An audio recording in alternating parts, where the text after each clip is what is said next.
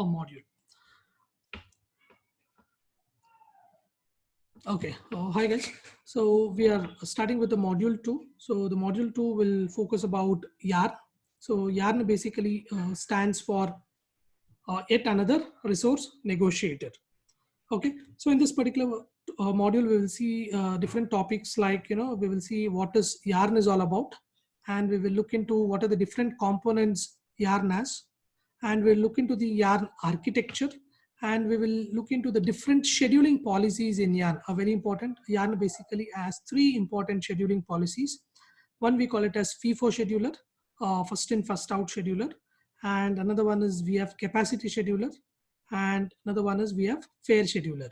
And then finally we'll see how to configure those schedulers, and we'll see how to submit applications to yarn. Okay, so these are the list of topics we'll be covering as part of this module. Now, first let us understand what is yarn. As I told you, yarn basically stands for yet another resource negotiator. Okay, yet another resource negotiator. It is not manager there, you can give it as negotiator. Yarn is one of the core components of Hadoop 2.x framework, and mainly it is added to improve the performance of Hadoop cluster. This is very important. We will see that how it improves the performance of Hadoop cluster. Now it is a layer, please understand this, it is a layer that separates the resource management layer and the processing layer. This is a very, very important. So due to the component of yarn, we were able to separate the resource management layer with the processing layer. Okay, that is very important. So with the invent of yarn, the main thing we achieved with is we decoupled the resource management with processing layer. Very important. Okay, so MapReduce 2 moves resource management like infrastructure to monitor the nodes, allocate resources, and scheduling the jobs to yarn. What I meant with this is, if you look into this diagram in Hadoop 1.x, when I say MapReduce, MapReduce was doing two things. One is it was doing the resource management, and another one is it was doing the data processing. This is very important. So resource management and data processing was mostly tied with MapReduce. That means if you want to process any data which is stored in HDFS, if you want to allocate any resources to process the data, then you have to mandatorily use MapReduce, because MapReduce was doing the resource management and the data processing layer. Due to which MapReduce was doing both, you can't attach any other processing framework on top of your Hadoop. It was not possible, because for us to process the data, resource allocation has to take place. If the resource allocation has to take place, only MapReduce was able to do. So that was a main limitation of Hadoop 1.x architecture. In the Hadoop 2.x architecture, with the invent of yarn, so what happens, yarn basically stands for yet another resource negotiator. Okay, what it does is it's basically a resource management. They decoupled the cluster resource management with the processing. As MapReduce was good at only processing, they decoupled in the MapReduce version 2, which was only doing processing. This is very important. In MapReduce version 2, when I say MRV2, it is nothing but Hadoop 2.x. In MRV2, the MapReduce does only data processing. All the resource allocation is taken care by the yarn. So just because of we were able to decouple, you can attach other data processing layer like Spark. Okay, this is very important. Any questions here? So this point you have to remember. Okay, I see there's no questions. Let me proceed. So if you have any questions, you can raise your hand. Now, what are the main components of yarn? Yarn basically comprises of three main components, very important. One is the resource manager. Another one is the node manager. Along with that, you have another one important daemon service called application master. This is very important. So you have resource manager, you have node manager. Along with that, you have something called as application master. So just make a note here, I will tell you. Now, yarn is basically a two-tiered model with some components or some daemons in a master node and some daemons in a slave node. Now, if you look into this, the first resource manager is basically a daemon. I told you what is a daemon. Okay, daemon is basically a background process which keeps running. So resource manager is one of the master node. It is considered as one of the master node daemon service. Okay, so your resource manager runs a master node as a daemon, runs on a dedicated hardware in a production node. That means you will have resource manager itself running on one single machine, on a dedicated machine. Okay, and another one is what we call it as a node manager. Node manager is a daemon service which runs on all the slave machines. Okay, this node manager basically consists of containers. Containers are containers are nothing but which executes some piece of a code. Each container will have certain resources allocated for the program to execute. Now resource manager basically comprises of two components. This is very important. One is your scheduler and another one is your application master. Clear? Any questions here? So Yarn basically comprises of three main components. What is your resource manager, which acts like a master, and node manager, and another one is application master. So node manager is responsible of launching the running the containers. So node managers, inside node manager machines, you'll have containers which keeps running. So at the high level, you can understand containers are nothing but a place where your code gets executed. So each container will have certain dedicated resources like CPU, bandwidth allocated for the code to execute. So that is what is containers. Okay, resource manager basically comprises of two important components. Another one is scheduler and another one is application master, or we also call it as, it is called as application manager. Any questions here? Okay, let me proceed. So if we look into the Yarn architecture, so please understand this Yarn architecture, it is very important. So let's assume you have a client. What I meant with client here is, it is not a user. It is basically a command which you're trying to run a particular program. Please understand this. Client is basically a library through which you submit your program. So let's assume you have packaged your program, some program. So I want to run this program. So what happens? Client submits a job. So client will execute some command. So it is basically Hadoop library. Once it submits the command, what happens? Look at the step one. The client program submits the application. How does it submit? There are certain commands to submit the application. We will see that. The client program submits the application, step one. Then what happens? Resource manager allocates a specific container to start the application master. This is very important. So if you see this, I told you there is one more important component in the Yarn, right? Application master. So this is very important. That is what I'm trying to explain . So client submits a program. What resource manager, once he submits a program, the program will communicate to the resource manager. Resource manager allocates a specified container to start the application master. So if you look into this diagram here, you have three node cluster. We have three node cluster. The client has submitted the program. The program has communicated to the resource manager. Resource manager will communicate to any of the data node and launches what we call it as application master. This is very important. Application master. Okay. Now, so then application master on boot up registers with the resource manager. Once this application master has been started, it registers with the resource manager. Then what happens? Application master negotiates with the resource manager for appropriate resource containers. This is very important. Can I just spend 2 minutes of time to read out each point? Then I will explain. Just spend 2 minutes of time to read out the points. I will explain it.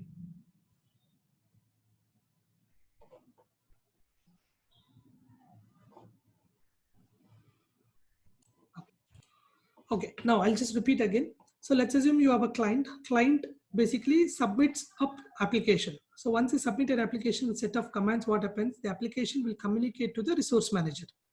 So what your resource manager will do is, resource manager will communicate to any of the data nodes and it launch one daemon service, what we call it is application master as a container.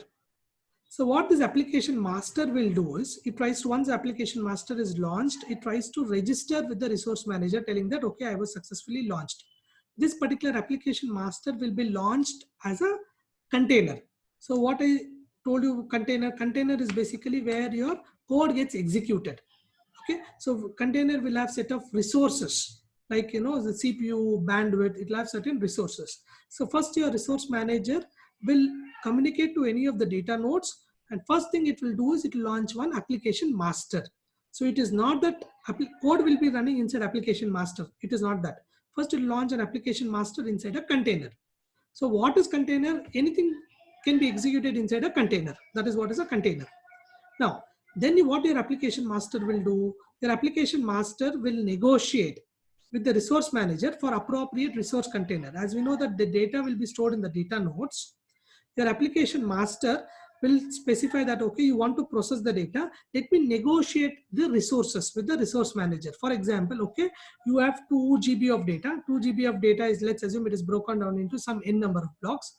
So what happens if I want to process the data, let's assume there are 3 blocks. So it has to allocate 3 map tasks.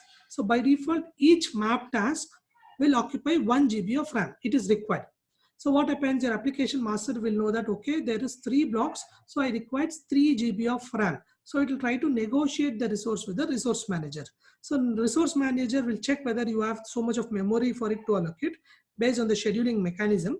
So then resource manager will respond back to the application master. Yes, you can launch the containers on machine, in this case, on machine 2 and machine 3. So what your application master will do, application master will communicate to the node manager, and node manager will launch the containers on that particular machine to process the data. Okay. During execution, this is very important point. During execution, the client communicates directly with the application master or resource manager to get the status of the application progress.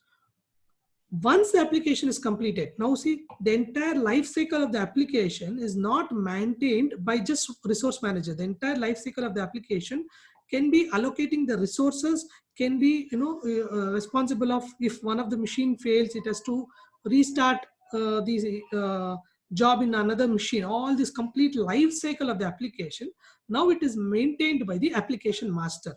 So if you are submitting 10 different jobs, you will have 10 different application masters which keeps running. Once the job is finished, what happens is this particular application master will be shut down. It will be removed and it gets deregistered from the resource manager. I'm clear? So this is how the YARN architecture works. I'll reiterate this again so that it will be clear. First thing, clients submits a program. How does the client submits a program? He executes some set of commands. So once he submits the program, what happens? The client communicates to the resource manager. Then what your resource manager will do? Resource manager will launch an application master in any of the data node.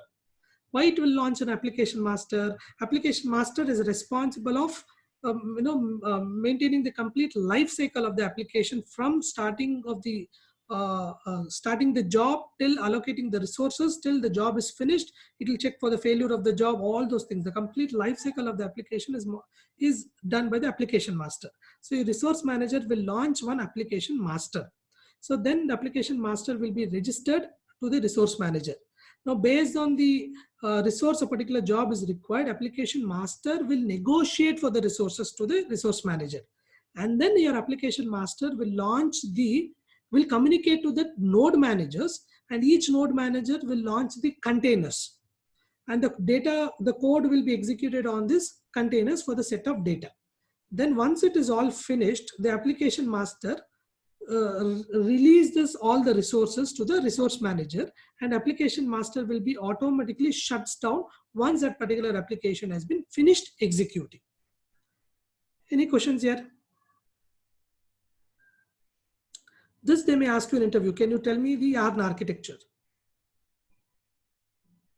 Any single questions here? The whole process, the resource allocation will be closed and it will be released after the at the eighth step, right? That's correct. After each job is finished, application master will release the resources to the resource manager so that other jobs can occupy. Other jobs can use the resources. Okay. But here one important point to remember is initially only one component, a job tracker, was responsible of maintaining the complete life cycle of the application. If you have 100 jobs, for all these 100 jobs, only one component used to maintain. But here, if you see, for 100 jobs, you will have 100 application master. That is the point there. One question here is the application master is supposed launched in node 1. Mm-hmm.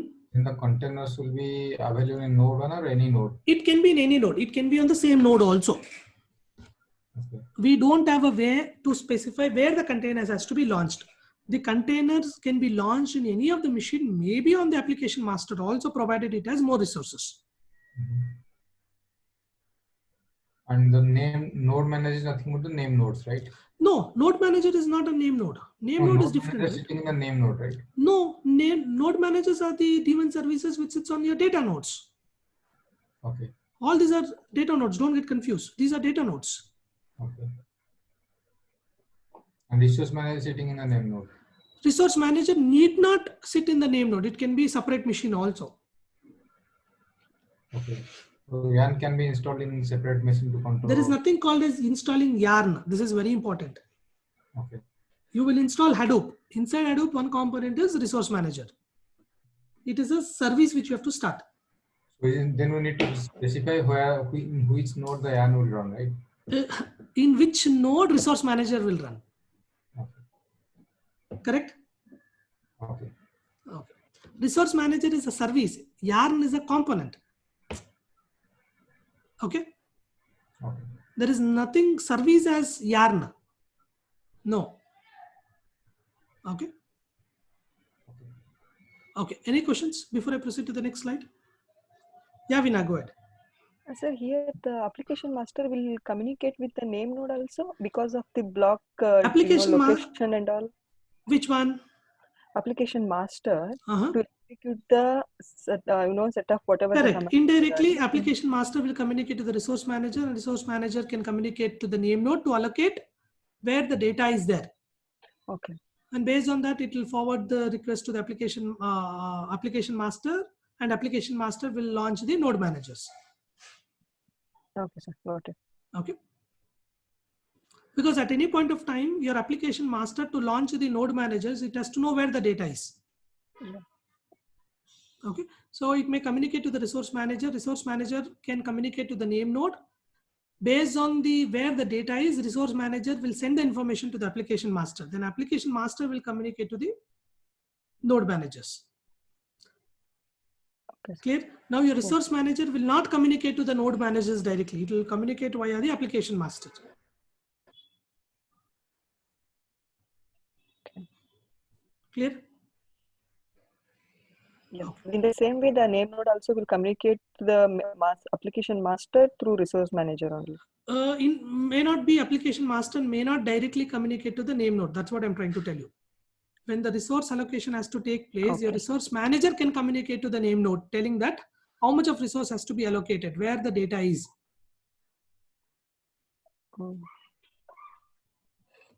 Okay. Oh, any other questions? Okay, let's proceed. So what I wanted to tell you here is you will have only one application master per application. So if you're trying to submit 10 different applications, you will have 10 different application masters. Any questions here on this statement? What is the definition of application here? See, application master means it is one of the daemon, Ranjan. It is one of the daemon which is responsible of monitoring the application. It is one of the daemon service which is responsible to monitor the application. So every application you submit, one daemon service will be started. That daemon service is what we call it is application master. This application master is per application, one application master daemon service you will have. That is why it is named as application master. It is acts like a master per application, whose life cycle. Suppose a user will run 5 different jobs at one time. Correct. That is one job, right? For example, he write one code. He submits a program. Correct. When he submits a program, that is one job. So you'll have one application master getting launched on the cluster. If the same user launches 5 different jobs, then 5 different application master will be there. Okay. Why application master is required? As I told you that it is responsible of monitoring the life cycle of the application. That is why you will have application master. If without this concept, only job tracker used to do all those things before. With the invent of Yarn, the architecture looks like this. So now they decoupled. The load of managing the life cycle of the application was distributed for application master. and all the application master was kept on track with the resource manager. But the job tracker was not doing, initially the job tracker was doing all the resource management. Now it will not be done by the job tracker per application master, per application you will have. Okay, any questions here? Okay, let me proceed. Now, if you look into the scheduling policies available in Yarn, the Yarn architecture is basically a pluggable scheduling policies. What I meant with the scheduling policy means whenever you try to submit a job, how the job has to execute. Whether it has to execute on first in, first out. That means the first job you are trying to run, and then when you're trying to run a second job, how it has to run. Whether it has to follow some scheduling policies like first in, first out, or whether, when you submit a job, whether you wanted a way where you can allocate certain resources for this job always, or you want fair scheduler. So there are different scheduling policies available in Yarn. So these are the three important scheduling policies like FIFO, capacity, and fair scheduler. Okay, now let's proceed one by one so that you'll understand. Now first thing we will talk about first in, first out. As the name clearly says, it is first in, first out. Let's assume a job is submitted. Let's assume a job is submitted. What happens in first in, first out? Let's take, under x-axis we'll take time, and under y-axis, let's say we'll talk about capacity utilization of the cluster. So when I say capacity, means it is not per machine wise, it is the complete cluster. So I'm taking the time of execution, and the y-axis I'm trying to plot it as capacity utilization. Let's say this is a maximum capacity available for our cluster. Let's say this is a maximum capacity available for our cluster. Now let's assume a particular job has been submitted. So when a particular job has been submitted, what happens? It occupies the complete resources. This is very important. In, first out. That means I can configure the type of a scheduling policy I have to use for Yarn. So if I use first in, first out scheduler policy, what happens? Let's say a job 1 is submitted. Job 1, when it submits, it tries to occupy the complete resources of the cluster. So let's say second job is submitted. Please understand this. Let's assume, second job 1 has been submitted at this point of time. Let's say job 2 has been submitted at this point of time. So what happens? Here? Job 2 will not get enough resources. Why? Because job 1 has been completely utilized with the resources. So what job 2 will do? Job 2 will wait for the resource allocation to take place. So once the job is finished, when the job is finished by the job 1, then only the job 2 will be started. This is what happens in the first in, first out scheduler. So if you see in the concept of first in, first out scheduler, job 2 takes more time for it to execute. Why? Because there was no enough resources allocated for the job 2. So since, when executing job 2, you did not have any resources. Job 1, when it's submitted, because I'm using a policy called first in, first out scheduler, job 1 utilizes the complete resources of the cluster. So job 2 will wait for the resource allocation to take place. So once job is finished, resource will be freed, then job 2 will start. So this is what it happens with the first in, first out scheduler. Any questions here?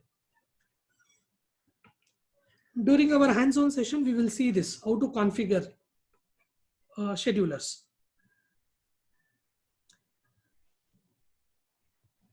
Okay, so this first in, first out scheduler, it is not a good thing to have whenever the cluster shared by multiple applications. So whenever a cluster is shared by multiple applications, in first in, first out is not used. So obviously the first in, first out scheduler is not used anymore in the industry, but yeah, we have this concept of first in, first out scheduler. Okay, let me proceed to the next important, what we call as capacity scheduler. This is very important. So in capacity scheduler, the entire capacity of the cluster, that is the resource, breaks it up into several queues and distribute the capacity across these queues. Now what I meant with this is, before getting into this, can you tell me, for example, when you have designed a product and when you have given the product to the customer, there can be scenarios that some custom jobs can be run by the customers. Do you accept this? When you deploy a product, you will also allow some custom jobs to execute on the machines, on the cluster. Yes or no? Guys, let's keep it interactive. This particular topic is very important. Do you accept to the point that when a cluster is deployed, you will allow for the end users, the customers, to execute some custom jobs? It's correct. Yes. Yes. So think about a scenario. Now let's assume that a particular job, whatever you have designed as part of the product, you would have promised that it will try to get over within this much time. You would have promised for the customer, based on that only customer would have purchased, because each query cannot take more than certain amount of time. You would have told that part of these kind of an aggregation jobs will get over on this much amount of time. Now, for example, let's say a job one, as part of your performance testing, you would know that, let's assume it gets over within 10 to 15 minutes. You have done performance with the load, whatever they have, you have tested and you have told that it gets over in 10 to 15 minutes. Now, all of the sudden, just because you have provided a feature that, the jobs can be the custom jobs, which is designed by the organization, they can also submit. Once they submit their jobs, don't you think there can be scenarios that the resources can be utilized as part of their job, and you don't have enough resources for our job to execute? Since we don't have enough resources for our job to execute, the overall time taken would take more. Scenarios are there. You accept this? Yes. Yes. Yes.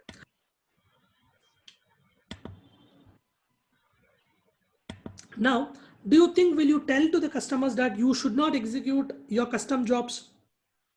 That is not a way. So what we do with the concept of capacity scheduler, you have a way to configure something called as queues.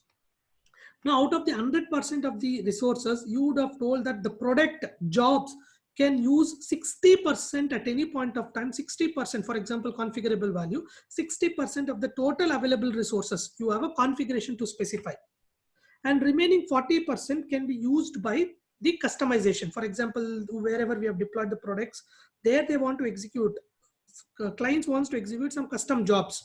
So you have a way to tell that, all the jobs which is launched as part of the product go to a particular queue, for example, QB. So in the concept of queues, what happens when you submit a job to this particular queue, you have a concept to specify that it has to use 60% of the resources.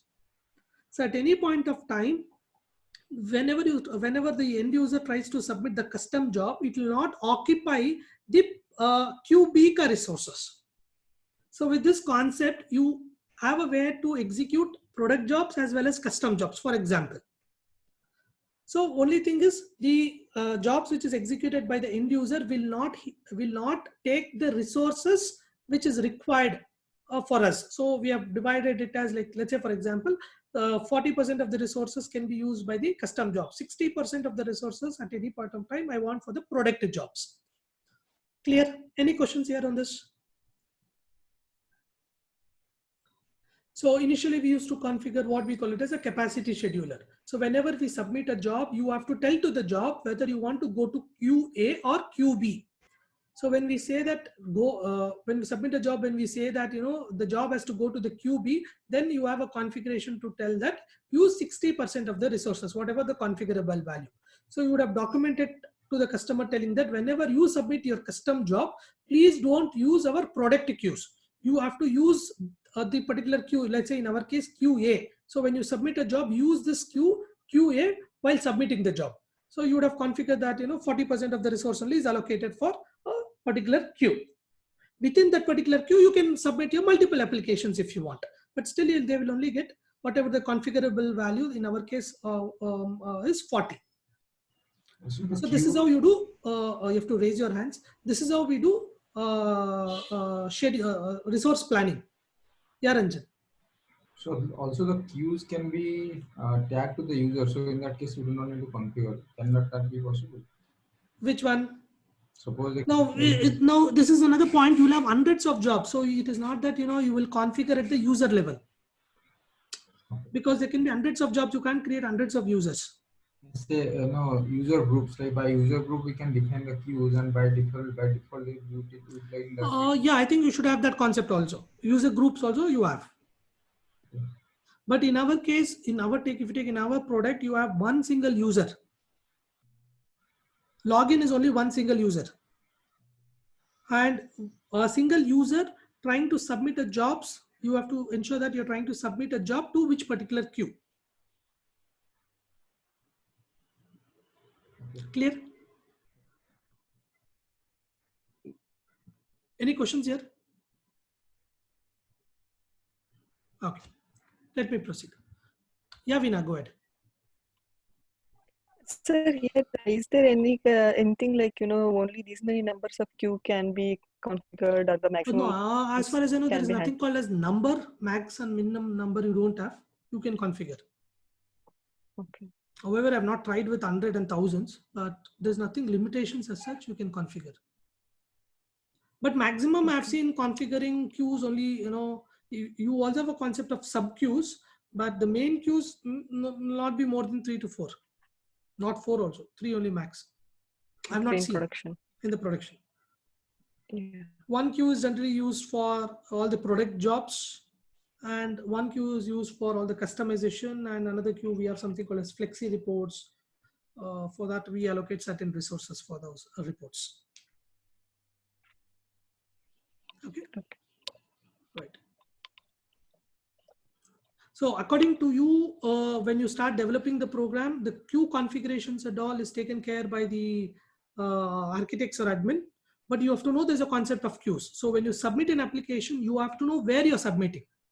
So when you submit an application to a particular queue, you will get certain amount of resources because you've configured in such a way. Clear?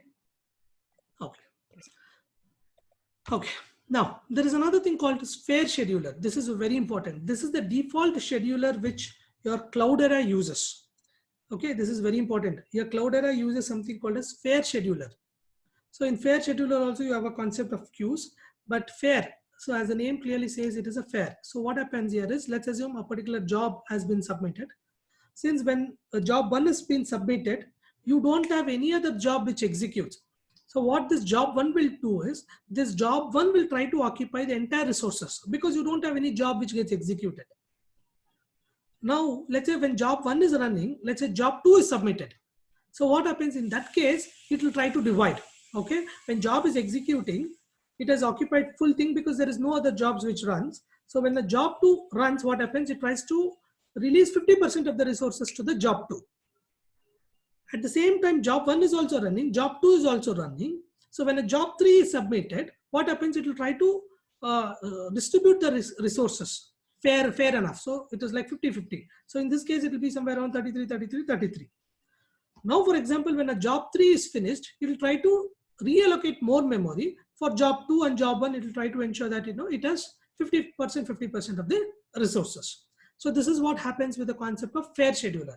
So when you configure fair scheduler, what happens is it behaves this manner. And inside fair scheduler, you also have a concept of queues. So within the queues, you can it will work as a fair. Any questions here?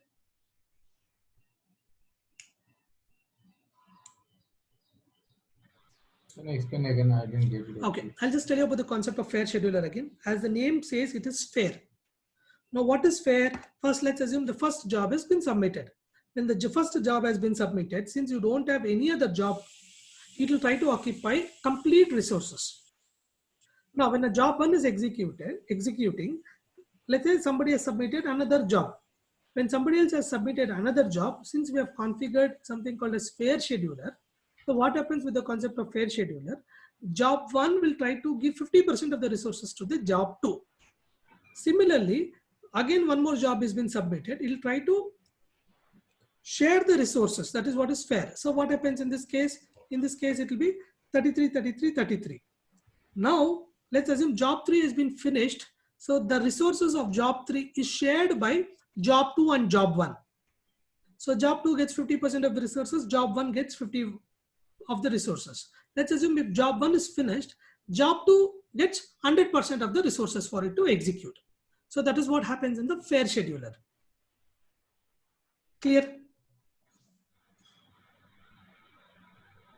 Yes, correct. Okay, now think about a scenario also. In a fair scheduler, you also have a concept of queues. Let's assume there is a queue by name production queue. let's assume in the production queue, you have allocated 50% of the resources. Now, when you submit a job to the production queue, that job 1 will occupy complete 50%. When a job 2 submits, within the 50%, it will try to divide 50 and 50. So within the queue level also, you can configure fair schedulers. I'm clear? So if in interview, if they ask you what is the scheduling mechanism you use, my choice would be either capacity scheduler or the fair scheduler. Cloudera comes by default with fair scheduler. Okay. They say that, you know, if you use fair scheduler, it will improve the resource management. Allocating the resources, it is better when you use fair scheduler. Clear? Any questions here?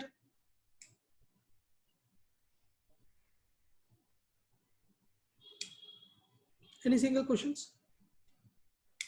No. Okay. Is it clear now? What are the different scheduling? All these are configurable. All these are configurable. Okay. Now, yeah. Any questions, guys?